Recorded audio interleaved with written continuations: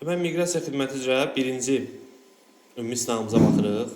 Sınaq 40 sualdan ibarətdir, bütün mövzuları əhatə edir. Kiçik balaca bir belə deyək, improvizasiya edə bilərəm sizin üçün. Miqrasiyanın proqramına bir baxaq, görək orada nələr var və bizi hansı suallar gözləyəcək. Ümumilikdə 7 mövzunu əhatə edir. Elektron hesab maşınlarının yaranma tarixi, fərdi kompüterlər və onlarla bağlı olan məqamlar, Windows əməliyyat sistemi tam şəkildə, Microsoft Word, burada 2010 yazılmasına baxmayaraq qəbulda 19 düşməsi böyük ehtimaldır. Excel, eyni qaydada, PowerPoint yoxdur, əvəzində verilənlər bazası anlayışı, access ilə bağlı suallar var. Kompüter şəbəkələri, yəni lokal şəbəkələr və internet qlobal şəbəkəsi. Bundan da proqram yekunlaşır. Qəbulda 10 sual sizi gözləyəcək, biz isə 40 suallıq seriyalarımıza başlayırıq. 10 sınaq olacaq ümumilikdə, 400 sual olacaq. Ta ki, iyun ayının sonuna qədər. Qəbulda iyulda və avqustda olur yəqin ki. Birinci ümumi sınavımıza başlayırıq. Birinci sualımız Word 2019 ilə bağlıdır. Deyib ki, review lent tabına aid olmayan əməliyyatı tapın. Burada düzgün cavab variantı A variantıdır. Sənəd daxilində çarpaz istinadların yaradılması. Qeyd edirsiniz ki, çarpaz istinadlar cross-referensdir və Word-də 2 lent tabında bizim qarşımıza çıxacaq. Mən indi əyani şəkildə onu göstərəcəm. Bu bir referens lent tabındadır, bir də insert lent tabındadır. Hal-hazırda biz insert lent tabına daxil oluruq. Həmin bu çarpaz istinadları görürük. Cross-reference eyni zamanda referens tabında da captions lent qrupunda görmək mümkündür. Lap yaxşı. Sözlərə şərh əlavə etmək. Review lent tabından da, insert tabından da mümkündür. Hardan gedir söhbət? Bax, buradakı comment, şərh, haşiyə anlayışından söhbət gedir. Sənəd üzərində aparılmış dəyişikliklərin izlənməsi mümkündür. Tracking bölməsindədir. Track change gördüyünüz kimi burada görsənir. Sənəd üzərində aparılmış dəyişikliklər dedik. Orfoqrafik qrammatik səhvlərin yoxlanması F7 düyməsi ilə və yaxud spelling grammar əmri ilə həyata keçirilir. Mümkündür. Sözlərin sinonimləri Shift F7-dir. Thesaurus əmri ilə həyata keçirilir. Bax, gördüyünüz Shift F7. Beləliklə, düzgün cavab A variantıdır. Referens lent tabından özünüz üçün qeyd edin ki, insert tabı və referens tabından həyata keçirilə bilər.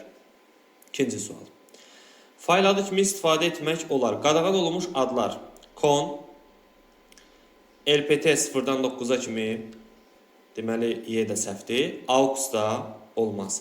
Com isə yanında rəqəm olarsa, yəni hər rəqəm yox, 0-dan 9-a qədər rəqəmlər olarsa, bunları istifadə etmək olmaz. Təkcə isə comda problem yoxdur. İndi biz təqdimatımıza gedirik və orada göstərəcəm sizə ki, hansı digər qadağalar var və bunları hansıları biz bilməliyik. Açılır təqdimatımız və həmin sözü gedən səhifəyə biz keçid alırıq. Bax, bu səhifədən söhbət gedir. Sol tərəfdə gördüyünüz qadağan olunmuş adlar nöqtədən sol tərəfdə, yəni faylın ad hissəsində ola bilməz. Sağda gördüyünüz simvollar isə nə nöqtədən sağda, nə də solda ola bilməz. Qadağan olunmuş adlar, yenə təkrar etsəm, PRN, null, AUX və con bilavasitə olmaz. LPT ilə com isə yanında 0-dan 9-a qədər rəqəmlər varsa olmaz. Keçid alırıq növbəti sualımıza, yəni 3 nömrəli sualımıza. Word-də mətn fraqmentinin gizlədilməsi hansı lent tabı və qrupdan həyata keçirilir? Home lent tabının font lent qrupundan həyata keçirilir. Bunun üçün biz home lent tabına daxil oluruq, müəyyən bir fraqmenti seçirik və onu gizlətmək üçün home lent tabının font lent qrupunun dialog pəncərəsi gedir. Yeri gəlmişkən bunun klaviatura kombinasiyası da Ctrl-D-dir və açılmış dialog pəncərəsinin hidden bölməsindən həyata keçirilir. Davam edirik. Xananın eni daxil edilən ədədin uzunluğu üçün və yaxud hesablamanın nəticəsi üçün kifayət etmədikdə xanaya hansı məlumat çıxır, hansı xəta çıxır? DS xətası çıxır. Digər başqa xətalar da var. Onları da istəyirsinizsə sizin üçün bildirə bilərəm. Deməli, bunun üçün biz Excel 2019-un sözü gedən təqdimatına getməliyik. Orada birinci dərsin sonuna yaxın mən bütün xətaları qeyd etmişəm. O xətalarla bağlı olan hissəni videonu saxlayıb özünüz üçün qeyd edə bilərsiniz. Tələbələrin üzündə də PDF var artıq. Bax, bu xətalardır. Gördüyünüz kimi. Davam edirik. Növbəti sual. Windows-un əməliyyat sistemində aero funksiyaları hansılardır? Aero Peak, Aero Shake, Aero Snap, Aero Flip. 2, 5, 6 və 7. Yəni C variantı düzgündür. Snake ümumiyyətlə yoxdur. Olay ilə plug isə, plug da demək olmaz, plug and play demək olar. Windows'un texnologiyalarındandır. Windows əməliyyat sistemi ilə bağlı belə bir maraqlı detala toxunmaq lazımdır. Hansı ayrı funksiyalar var və hansı ayrı funksiyalarının nə kimi bizim üçün üstünlükləri mövcuddur. Ümumiyyətlə, ayrı funksiyaları iş masasında olan aktiv pəncərələrlə dinamik iş imkanı yaradır və siz onların adlarını və izahlarını qarşısında görə bilirsiniz. Növbəti slaytlarda isə onları necə işlətmək lazımdır, hansı qısa yollardan istifadə etmək lazımdır ki, hansı funksiya icra olunsun. Davam edirik. 6 nömrəli sualdır. C15 xanasının nəticəsini tapın. Kifayət qədər asan sualdır. Burada cəmi 3 funksiyanı bilmək lazımdır. Average ədədi orta deməkdir. Statistik funksiyalardan biridir və B13, B15 diapazonunda, bax bu gördüyünüz diapazonda ədədləri toplayaraq sayına bölmək, yəni ədədi ortasını tapmaq anlamına gəlir. 8, 4, 12-dir, o da 3, 15. Bölürsən sayına 15-i, 3 dənə toplanma olub, baxın, toplananların sayı 3-ə bərabər olub. 15-i bölürsən 3-ə, alırsan 5. Deməli, bu xananın qiyməti 5 imiş. Maksimum A13, A15. Burada da ən böyük dəyər hansıdır? Təbii ki, 6-dır. Və indi son olaraq sum C13, C14. Yəni, C13 xanası və 14 xanasının qiymətini cəmləmək lazımdır. Bu da bizə 11 verir, yəni C variantı. 11. Növbəti sualdan davam edirik. 7 nömrəli sual. Düzgün variantları seçin. KMOS yaddaş enerjiden asılı olmayan yaddaşdır. Tamamilə doğrudur. Çünki KMOS daxili yaddaş qurğularından ROM-un içərisinə aiddir. ROM da öz növbəsində read-only memory və daxili və daimi yaddaşlardan biridir. Hansı ki, bu elektrik enerjiden asılı olmadığı üçün bəzən sabit yaddaş da adlandırılır. Mən həmin o məsələ ilə bağlı olan təqdimat vərəqini sizə göstərirəm. ROM haqqında ümumi məlumatlar və əlbəttə ki, ROM-un komponentləri və KMOS nədir? Düzdür. İkinci punkt. Funksional baxımdan yaddaş iki hissəyə bölünür, daxili və xarici. Xarici yaddaş enerjiden asılı olmayan daşıyıcılarda qurulur. Bəli, daxili yaddaş qurğularının bəziləri elektrik enerjisindən asılıdır, amma xarici yaddaşların heç biri enerjiden asılı deyil. Bu da düzdür.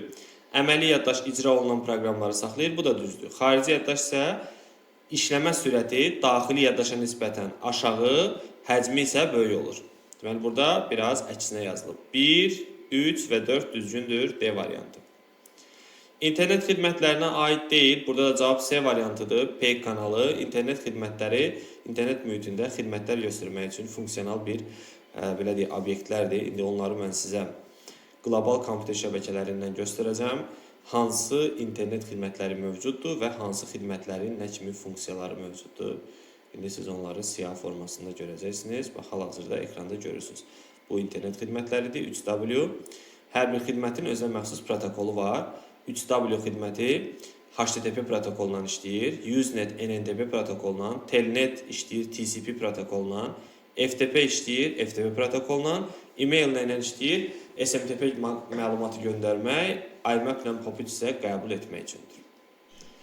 Burada gördüyünüz kimi heç də PEG kanalının adı yox idi. Drag and drop texnologiyası mübadilə buferi olmadan obyektin yerini dəyişmək və yaxud üzünü köçürmək üçündür. Lakin maraqlısı bundan ibarətdir ki, əgər eyni diskin içərisindəsənsə, mouse'dan sürükləmə aparırsansa, bu zaman yer dəyişmə həyata keçməlidir. Əgər başqa heç bir düymə sıxmamısansa. Əgər yer dəyişmə yox, sürəti alınırsa, yəni kopyası yaranırsa, şəksiz ki, kontrol düyməsi basılı qalıb. Çünki kontrol düyməsi ilə sürükləyərkən obyektin sürəti alınır, shift ilə sürükləyərkən isə onun üzü köçürülür, yeri dəyişir. C variantı və D variantı qısa yol yaratmaq üçündür. Alt shift isə Windows'da sadəcə dili dəyişmək, klaviatura dilini dəyişmək üçündür. Əgər kopya yaranıbsa, mütləq nə olmalıdır? Kontrol düyməsi basılı saxlanmalıdır. Shift olsa dedik nədir? Yer dəyişmə. 10 nömrəli sual. Kompüterin siz xarakteristikalarından hansıdır ki, vahid zaman ərzində kompüterdə həll olunan məsələlərin orta sayını bildirir? Təbii ki, məsələ ifadəsi bizə onu deyir ki, burada məhsuldarlıqdan söhbət gedir. Çünki işləmə sürəti 1 saniyədə yerinə edilən sadə əməliyyatların sayıdır. Hesablama dəqiqliyi emal olunan ədədlərin mərtəbələrinin sayıdır. Əmrlər sistemi yerinə yetirilən əmrləri bildirir. İş etibarlığı isə öz xassələrini saxlama qabiliyyətidir. Bunu biz aparat təminatı mövzusunun elə lap əvvəllərində danışmışdıq. İndi mən sizə o səhifəni də göstərirəm. Bax, bu səhifədən söhbət gedir. Burada kompüterin əsas xarakteristikaları və bütün incəlikləri, xırdalıqları qeyd edilmişdir. 11 nömrəli sual OCI modelinin hansı səviyyəsi verilənlər axınının idarə olunması və marşrutların təyini həyata keçirilir? Deməli, ötürmə nəqliyyat səviyyəsi ilə eyni zamanda ötürmə prosesinin şəbəkə səviyyəsində də həyata keçməsi mümkündür. Lakin burada deyir ki, axın idarə olunur və marşrutlar təyin olunur və şifrələmə həyata keçirilir. Tam aydın şəkildə deyir ki, bu şəbəkə səviyyəsinin işidir. İndi mən sizə lokal şəbəkəni nasıl göstərəcəm o məsələ ilə bağlı. Lokal kompüter şəbəkələri.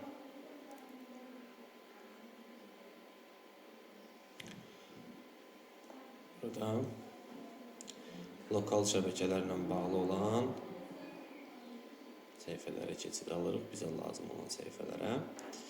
Deməli, bax, bu səhifədən söhbət gedir burada. Gördüyünüz kimi, səviyyələr 7 dənədir və bizə lazım olansa həmin bu şəbəkə səviyyəsi paketlərin ötürülməsi, qəbulu, axının idarə olunması, səhvlərin düzəldilməsi, marşrutların təyini və məlumatların şifrələnməsi. Davam edirik. Növbəti məsələ ilə növbəti sualımız nədir? Deməli, növbəti sualımız 12 nömrəli sualdır. Vəziyyət sətrində verilmiş fraqmentə əsasən 10-cu səhifənin nömrəsini müəyyən edin. Bunu iki üsulla həll eləmək olar. Mən sizə hər iki üsulu indi göstərəcəm. Hansı üsul sizin üçün rahat olarsa, o üsuldan istifadə eləmək tövsiyə olunur. İndi açıram sizin üçün. Deməli, vəziyyət sətrində hal-hazırda cari səhifənin nömrəsinin 14 olduğu görsənir. Amma göstərir ki, mən 3-cü səhifədəyəm. 3-cü səhifədə həmçə neçə olmalıdır nömrə? 3 olmalıdır, amma 14-dür. Deməli, belə çıxır ki, biz hansısa başqa nömrədən başlamışıq nömrələməyə. Bunu tapmaq, yəni ümumiyyətlə bizdən 10-cu səhifəni istəyir də. 10-cu səhifəni tapmaq üçün bizim dediyim kimi 2 üsulumuz var. Bir üsulumuz biraz uzun gedir. Necə tapırıq? Əvvəlcə birinci səhifəni tapırıq. Birinci səhifəni tapmaq üçün nə etmək lazımdır? Birinci gördüyümüz ədəddən ikincini çıxıb üstünə 1 gəlmək lazımdır. Bu 14 çıx 3 plus 1. Neçə eləyər? 12. Düzdür? Bu əgər bizim 12 birinci səhifəmizdirsə, sonra birinci səhifənin üzərinə, yəni 12-nin üzərinə axtarılan səhifəni, yəni onu gəlib, ondan 1 çıxmaq lazımdır qaydaya görə və cavabımız olacaq necə? 21. Düzdürmü? Bu biraz uzun üsul. Qısa üsulu isə daha rahat və tez tapıla bilən üsuldur. O nədir? Bu üsul belədir ki, əgər biz hal-hazırda 14-cü səhifə yazılıbsa, biz faktiki olaraq 3-cü səhifədə isə, deməli, nə qədər məsafə var bunlar arasında? 11 məsafə var, düzdür? Deməli, bizim axtardığımız 10 deyil, onunla da axtardığımız o ki, neçə olduğunu bilmək istəyirik. Onu tapmaq üçün nə etmək lazımdır? Aralarındakı məsafəni nəzərə almaq lazımdır. Burada yazsam daha yaxşı olar, çünki axtarılan siyahı düzgün olmalıdır. Deməli, əgər 14-də isə 3 yazılıbsa, deməli, biz 10-da olan da yuxarı nə yazılacaq? Plus 11, 21 yazılacaq. Bu daha asandır. Fikir ver. Əgər 14-dürsə, burada 3 yazılıbsa, yəni 3-cü səhifə 14-dürsə, onda 10-cu səhifə neçə olar? 21. Hardan bilirəm? 3 ilə 14 arasında məsafə nə qədərdir? 11. Düzdür? Həmin onun da üzərinə 11 gəlsəm, axtarılanı taparam. Hansı üsul daha rahatdırsa, ondan istifadə eləyə bilərsiniz. Problem yoxdur. Bu da Y variantı. 13 nömrəli sual. Yaxın qəbulların birində dövlət qulluğunda istifadə olunan sualdır. Əslində, bu Eylerven diaqramları qurulması lazım olan bir şeydir. Sadəcə olaraq dövlət qulluğu və yaxud miqrasiya xidməti magistrda bu qədər dərin getməyə ehtiyac yoxdur. Daha asan üsuldan bunu tapmaq olar. Deməli, bizdə tək adlandıra biləcəyimiz elementlər var, bir də cüt adlandıra biləcəyimiz elementlər var. Tək elementlərin yanında ikinci və yaxud üçüncü olmamalıdır. Cüt element dediyimiz şeylər ikili və yaxud üçlü ola bilər. Tək adlandırdıqlarımız hansılardır? Universitet, kollec, məktəb. Biz onları toplayarıq. 84 plus 47 plus 19. Bunu toplayandan sonra keçəcəyik o birisi tərəfə. 12 cütlər deyək də bunlara. 12 plus 0 plus 120. İndi ən sonda diqqət edirsən. Axtarılan şey nədir? Cütdür yoxsa təkdir? Cütdür, yəni ikilidir. Düzdür, üçlü də ola bilərdi. Əgər axtarılan şey ikilidirsə, deməli biz x-i hansı tərəfə qoymalıyıq? İkililərin yanına, bu tərəfə. Əgər axtarılan şey təkcə tutaq ki, kollec olsaydı və yaxud nəsə məktəb olsaydı, onda biz nə edərdik onu? Onda biz onu bu tərəfə qoyardıq. Onda deməli belə çıxır ki, bərabərliyin sol tərəfi qalır yerində, sağ tərəfə bir dənə x qoyuruq. Və belə bir hesab əməliyyatı həyata keçirəcəyik. Baxacaq görə x neçə eləyir. Nə verir sol tərəfi toplayanda? 150. Sağı toplayanda da deməli 132 eləyir. 18 satmır deməli. Əla. Deməli cavabımız A variantıdır. Əslində çox asandır. Deməli, bir dənə olanlar bərabərliyin sol tərəfinə keçir. 2 dənə və yaxud 3 dənə olanlar sağ tərəfə keçir. Oradan da rahat şəkildə x-i tapmaq olur. Problemsiz şəkildə. Sonra növbəti OCI modelinin hansı səviyyəsi digər iki səviyyə arasında ötürməni təmin edir? Əslində belə baxanda sən şəbəkə də seçə bilərsən, nəqliyyat da seçə bilərsən. Biraz belə iki başlı bir məqamdır. Lakin mən sizə belə bir şey demişdim, əgər yadınızdadsa. Demişdim, lokal kompüter şəbəkələrində, bu OCI modelinin səviyyələrində 7 səviyyənin ilk 3 səviyyəsi proqram səviyyəsidir. Qalan axırıncı 3 səviyyəsi isə aparat səviyyəsidir. Ortadakı nəqliyyat səviyyəsi yuxarı səviyyələrlə, yəni proqram səviyyələri ilə aparat səviyyələri arasında bir bufer rolunu oynayır, bir ötürməni təmin edir. Deməli, cavabımız nə olmalıdır? Nəqliyyat səviyyəsi. Cavabımız B variantı. Akseslə bağlı əsas xarakteristikalardan hansı düzdür? Biraz çox adama çətin gələn məqamdır, çünki burada biraz əzbər istəyir. Cədvəlin adının uzunluğu 64 simvoldan çox ola bilməz. Deməli, belə bir qaydalarımız var. İndi mən sizə onları aydın şəkildə göstərəcəm. Ondan sonra danışarıq. İndi variantları deyim sizə, sonra baxarıq. Burada bir düzdür. Cədvəldə 255-ə qədər sahə ola bilər. Bəli, bu da düzdür. Eyni zamanda bir bazda 512-yə qədər yox, yanlışdır. Cədvəlin adının uzunluğuna limit qoyulur. Cədvəl adında bu simvoldan istifadə etmək olmaz, düzdür. Ad boşluqla başlaya bilməz, bu da düzdür. İndi baxın, deməli biz bunu açırıq, aksesimizi, verilənlər bazası idarəetmə sistemi ilə bağlı təqdimatımızı. Orada danışırıq. Deməli, qaydalar harada qeyd olunub? Deməli, qaydalar elə buradadır. Sahənin adı unikaldır, təkrarlana bilməz. Bir cədvəldə maksimum 255 dənə sahə ola bilər. Cədvəlin və sahənin adının uzunluğu 64-dən çox ola bilməz. Sahənin uzunluğu, yəni içindəki məlumat 255-ə qədər ola bilər. İstifadə olunmayan işarələr də burada görsənir. Ad boşluqla başlaya bilməz, görsənir. O birisi cümlə var idi ki, o da bizə bayaq düşmüşdü.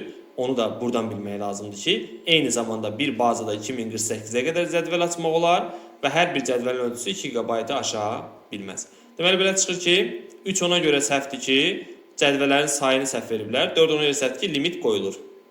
Cədvəldə 255-ə qədər sahə ola bilər. Cədvəl adı uzunluğu, sahə adı 64, qalanları da düzdür. 1, 2, 5, 6 variantlarla da yəqin ki, orada var B variantı. 16-cı sual.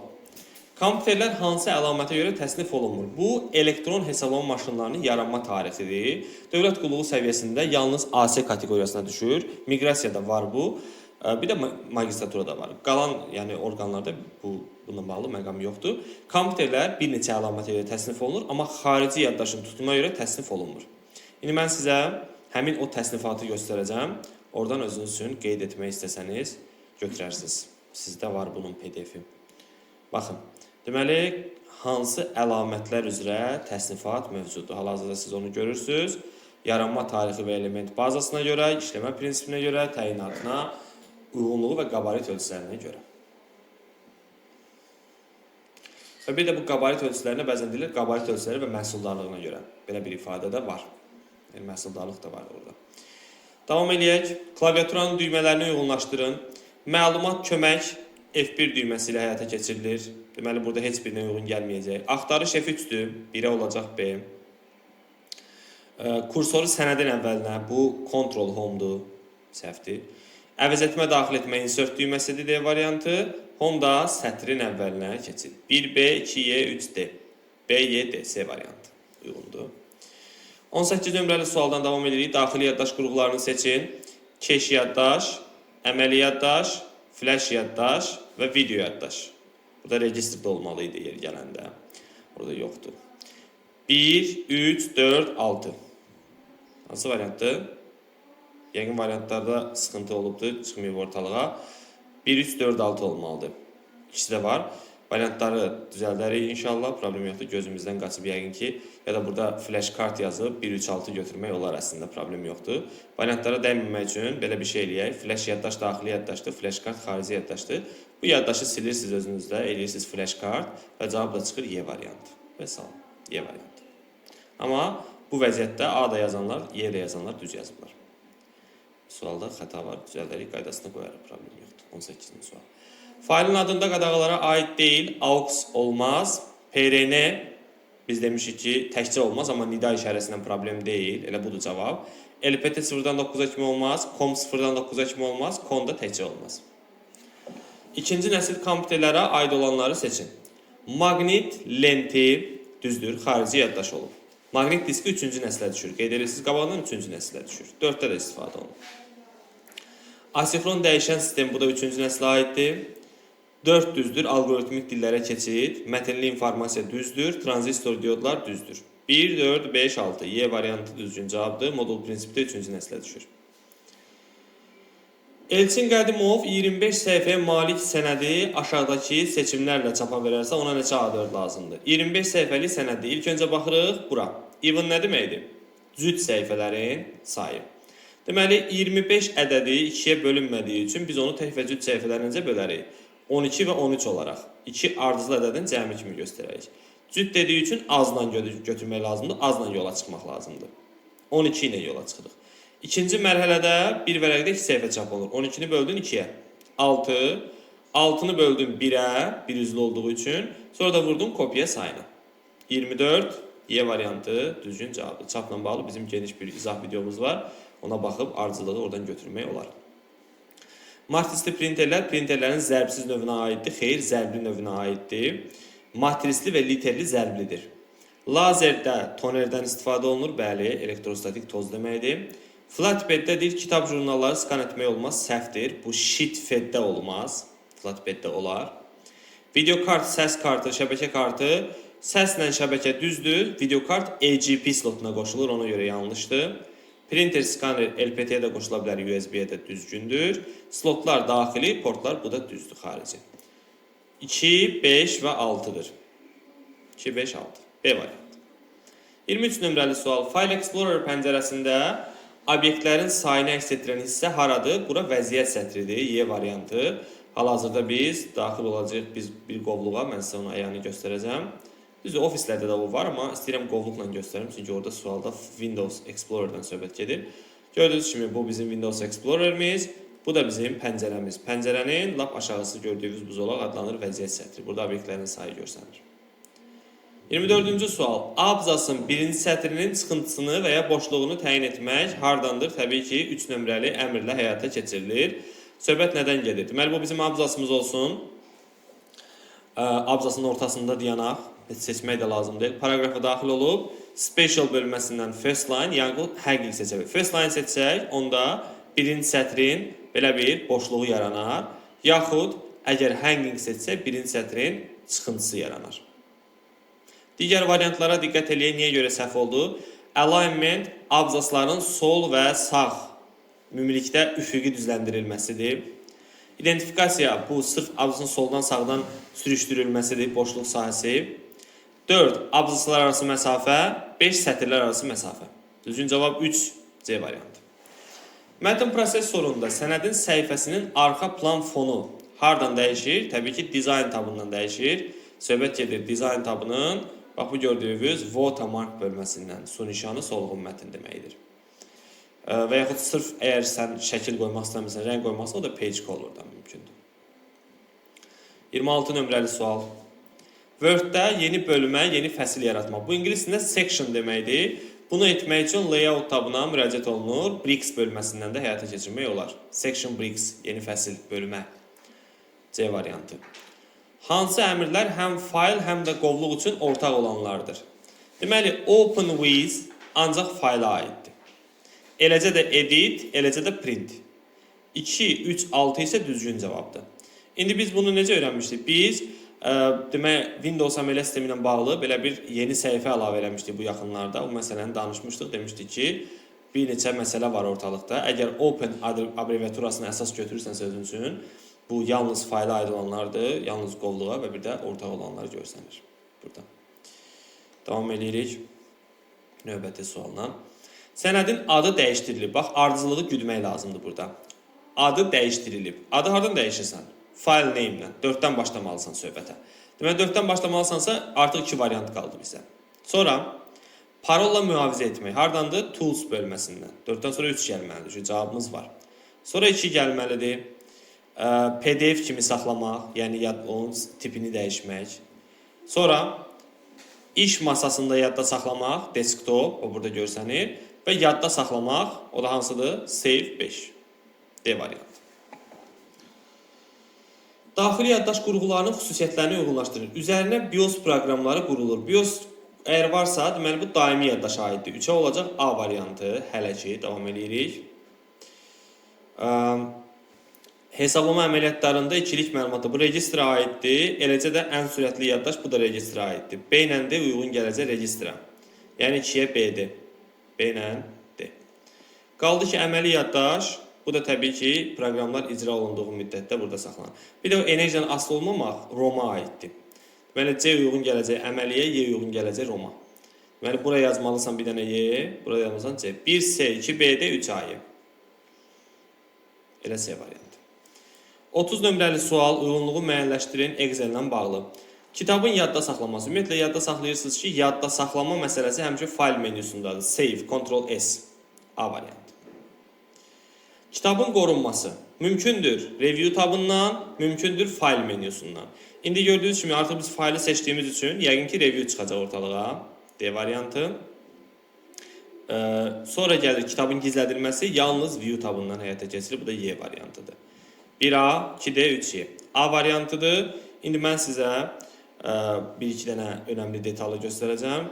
O məsələ ilə bağlı bilməyiniz lazımdır. Kitablar. İkinci hissə, son versiya. Burada iş kitabının gizlədilməsi, iş kitabının qorunması kimi və yaxud iş vərəqinin qorunması kimi məqamları qeyd eləmişəm. İş kitabı hardan mühafizə olunur, iş vərəqi hardan mühafizə olunur, iş kitabı hardan gizlədilir, iş vərəqi hardan gizlədilir. Bu da çox geniş şəkildə qeyd olunmuşdur onsuz da xırdalıqlarına qədər. Davam edirik. Ardıcıllıq nəzərə alınmaqla. Bax, bu domenlər çox vaxt qəbullarda düşür. Deyir ki, qeyri-kommersiya təşkilatı. Organization, əvvəl dövlət təşkilatı. Government. Deməli, A getdi, Y getdi. Government-dən başlayırıq, sonra qeyri-kommersiya organization artıq cavabımız cibdədir. Kommersiya.com, hərbi də military. D variantı düzgün cavabdır. İndi mən sizə qlobal şəbəkə ilə bağlı həmin o səhifəni göstərəcəm. Əgər kimin problemi varsa, burada o problem artıq aradan qalxır. Həm burada domen nədir onu bildirmişik, həm də milli domenlər, həm də beynəlxalq domenlər qeyd edilmişdir. Davam edirik. Aşağıdakılardan neçəsini layoutdan həyata keçirmək olar? Səhifə nömrələməsi insert-dən özünüzün qeyd edirsiniz. Bu insert tabına aiddir. Insert tabı isə bu yaxınlarda dövlət qulluğu qəbulunu daha dərin salıblar sualı. Sual salıblar ki, insert lent tabının hansı lent qrupundan eləmək olar? Header footer. Bir variantda tekst qoyublar, birinə header footer. 13 dənə informatika yazan tələbəm gedib onu səhv yazıb. Deyir, bilmədim, teksti yoxsa header footerdir. Diqqətli olun məsələdə.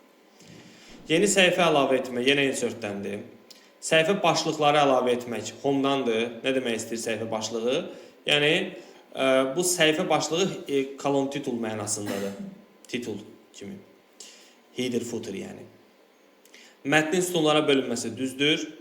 Səhifənin fonu dizayn tabındandır. Abzaslar arası məsafə həm home-dan, həm layout-dan. Səhifə sonu izah referensdəndir. Deməli, 2 dənəsi. 2 dənəsini buradan eləmək olar. Qalanlarını qeyd edirsiniz, hansını hardan dedik. 33 nömrəli sual. Daxili yaddaş qurğularından hansı əməli yaddaş və sərt disk arasında və prosesor arasında xarici yaddaş arasında sürətli əlaqə yaratmaq və kompüter işləmə sürətini artırmaq üçündür. Təbii ki, burada söhbət gedir hardan? Keş yaddaşdan. Usenet internet xidməti. Hipermətinləri ötürür 3W internet xidməti. Bu 3W-dur, qeyd edirsiniz. Adı şəbəkədə qeyd almış domenlərin adını göstərir, bu yanlışdır. Saytı bu hostingdir, C variantı. D düzgündür. Yeni xəbərlər üzründə toplayır və yayılmasını təmin edir. Deməli, bu telekonferensiya xidmətidir, yəni xəbərlərin ötürülməsi xidməti. Bu Y variantı da ISQ-dur, belə ICQ yazılır. ISQ. 35-ci sual, kursordan sətrin sonuna qədər sözləri seçmək. Sətrin sonuna keçmək, sonra seçməkdə. Deməli, əgər deyirsə ki, sətrin sonuna keçməyə, deyərsən sadəcə end düyməsi. Amma seçmək deyirsə shift end. Y variantı. 36-cı sualla davam edirik. Gizlədilmiş sətirlərin sayını tapın. Deməli, sətirlərin sayını tapanda gizlədilmiş. Əvvəlcə harda boşluq var, onu müəyyən edirsən. Bir 125 ilə 2 arasında, bir də 128 ilə 140 arasında. Düzdür? İndi baxaq görək nə qədər sətir gizlədilib. Qayda belədir. 125-dən, axırıncı gördüyündən, ta əvvəl gördüyü çıxıb, bir də nəticədən 1 çıxmaq lazımdır. Elə bir 125-dən 3 çıxırsan. 122 dənə buradadır. Qaldı ki, 140-dan da çıxırsan 128-i. Bu bizə verəcək 12. Bir dənə də 1 çıxarsan, elə bir 11 verəcək. 120, 11 buradadır da. Deməli, 122 burada, 11 də burada. 133 dənə sətir gizlədilir. Əllə saymaq lazım deyil, əlverişli də eləyəcək. Növbəti sual. Bu sualda dövlət qulluğunda istifadə olunub və zamanında magistrda da istifadə olunub. Yadda saxlayırsınız. Əgər deyirsə ki, köçürmək, burada cavab copy-dən gedir. Amma diqqətli olursan. Əgər deyirsə yer dəyişmə, onda katdan söhbət gedir. Özə buferə müraciət etmədən deyirsə, onda artıq söhbət copy-dən gedə bilməz. Deməli, buferə müraciət etmədən köçürmək, bu send to bölməsindəndir, yəni 4 nömrəli əmrlə. Elə bayaqki səhifədə mən onu aşağıda da qeyd eləmişdim. Copy ilə nə eləmək olar? Katla, send to-la. Copy ilə əgər üzünü köçürürsənsə, bu olur mübadilə buferi vasitəsilə. Burada yer dəyişmə yerinə köçürmə olmalıdır. Xəta gedib düzəldərəm onu. Send to ilə köçürmək, başqa yerə daşımaq, bu artıq bufer olmadandır. Yer dəyişmə yerinə yaza biləcəksən köçürmə. Köçürmə daha uyğun gəlir. Çünki o az əvvəlki yerində də qalmaq şərti ilə göndərilir. Köçürülməsi. Məsələn. Davam edək. Excel-də, bu da bu yaxınlarda dövlət qulluğuna düşən qəbul sualının prototipidir. Deməli, Excel-də belə bir qayda var. Əgər ki, hansısa bir xanada biz ədəd qeyd eləyiriksə, Excel açılsın, yəni göstərsəm daha yaxşı olar. Bax, hansısa bir xanada bizim ədədimiz varsa, sadə bir ədədimiz, tutaq ki 5 varsa, onu sadəcə olaraq belə faizlə hərəkət etsək, 100-ə vurub yazacaq. Amma hansısa xanada 5 yazılıbsa və biz bərabər qoyuruqsa, mötərizə açırıqsa, tutaq ki 5-i seçirik və mötərizəni bağlayırıq, sonra əllə faiz yazırıqsa ora, onda nə edəcək? 100-ün neçə faizidir? 0-dan %5. Bu üsuldan istifadə. İndi bizə deyir ki, S1 xanasına 10 yazılıb, plus 20 və faiz. Deməli, buraya yazırıq 10. Yazırıq. Sonra bunun da üstünə bir dənə plus 20 gəlirik özümüzdən. Ədədi qeyd eləyək, 20. Vəssalam. Enter vursam nə olacaq ortalıqda? 20, o da 10, 30 düzdür. 30 100-ün neçə faiz eləyir? 0,3 faiz mənasında. Və cavab A variantı. 39-cu sual. Bax, URL ünvan barəsində biz danışmışdıq. Demişdik ki, URL ünvan ya da URL də deyə bilərsən, belə səsləndirmə də düzgündür. Deməli, URL ünvanda məqam nədən ibarətdir? Burada hər bir URL ünvan başlamalıdır protokolla, davam eləməlidir serverlə, bitməlidir faillə. Deməli, protokolla başlayır, serverlə davam edir, sonra içində qovluqlar və s. və faillə də bitir. İndi yadda saxlayırsan. Nə ilə başlamalıdır? Protokolla, düzdür? Yazıb ki, protokol nədir bizdə? HTTP, düzdür? Deməli, HTTP edirsə, biz C ilə başlamalıyıq və protokoldan sonra 100% nə gəlməlidir? A. C-dən sonra mütləq A gəlməlidir. Deməli, biz artıq 2 variantı yığışdırmışıq. Qalıb bizdə 2 variant. Y variantı yoxdur. Sonra deyir ki, serverdə yerləşir fayl. Düzdürmü? Deməli, birinci nə gəlməlidir? txt.org gəlməlidir. Sonra bir slash gəlməlidir. ftp.net-də onun faylı olmalıdır. TXT hansıdır bizdə burada? C-D. C-A-G deyir ki, cavabımız cibdədir. Sonra bir slash gəlməlidir. F. Axırda nə ilə qutarmalıdır? B-Y ilə. Yəni ftp.net-lə. Deməli, yadda saxlayırsan ki, hər bir URL ünvan protokolla başlayır, serverlə davam edir, faillə də bitir. Ardıcılığı bu şəkildə qurursan. 40-cı sual isə bugünkü izahın sonuncu sualıdır. Ümumi sınavımızın sonuncu sualı. Demək deyir ki, kontrol sağa düyməsini sıxaramsa, o zaman hara gedirəm? Bilirsiniz ki, təkcə bu sağa bir simvol sağa keçmək üçündür. Əgər kontrol sağa eləsənsə, bir söz sağa keçirsən, növbəti sözün əvvəlinə gedirsən, düzdür? Burada sən bilirsən ki, A variantı olmaz, D olmaz, Y olmaz. B ilə C arasında qalırsan. Deyə bilərsən C-dir yoxsa da B-dir. Amma cavab B variantı. Niyə görə? Çünki biz dedik axı növbəti sözün əvvəlinə. Növbəti söz hansıdır bizdə? D sözü, düzdür? Həmin sözün əvvəlinə getməlisən.